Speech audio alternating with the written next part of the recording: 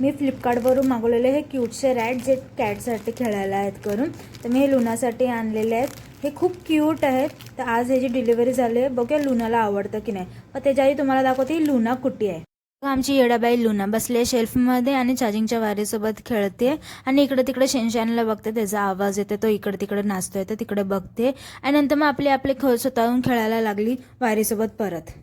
आता मी तिला बेडवरती घेऊन चालली आहे आणि दाखवते तिला तिचे टॉयज करून आणलेले होते ते. तर शिनचॅन मागोमाग यायला लागला की म्हणजे हिला कुठे घेऊन चालले असं करत बेडवरती आला. तर ही त्याला मारू लागलेली. तर हिला ठेवली बेडवरती. तर शिनचॅन तिला मागून धावायला लागला, तिला तोंडामध्ये घ्यायला ट्राय करत होता.